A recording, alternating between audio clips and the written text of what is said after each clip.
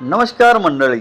अभिनेत्री कृतिका तुळसकर यांनी त्यांच्या आयुष्यातील एक कठीण अनुभव सांगितला आहे.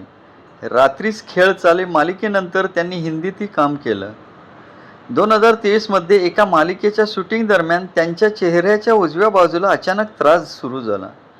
त्यांचा डोळाही नीट बंद होत नव्हता. डॉक्टरांनी तपासल्यानंतर त्यांना बेल्स पॅल्सी म्हणजे चेहऱ्याचा पक्षाघात झाल्याचं समोर आलं. त्यावेळी त्यांच्या हातात 2 मोठे प्रोजेक्ट्स होते, पण चेहऱ्यावर भाव आणता येत नव्हता, जेवणही करता येत नव्हतं आणि डोळ्यातून सतत पाणी येत होतं. त्यामुळे त्यांना काम थांबवावं लागलं. इतकंच नाही तर पुढचे काही प्रोजेक्ट्सही त्यांना सोडावे लागले.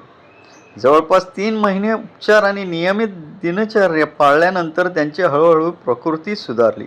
मात्र या काळात वजन, केस आणि त्वचेत झालेले बदल पूर्णपणे ठीक होण्यासाठी त्यांना बराच वेळ लागला. कृतिका तुळसकर यांचा हा अनुभव अनेकांसाठी खूप प्रेरणादायी आहे. तुम्हाला हा व्हिडिओ आवडला असेल तर लाईक, शेअर आणि चॅनलला सबस्क्राईब करायला विसरू नका. धन्यवाद.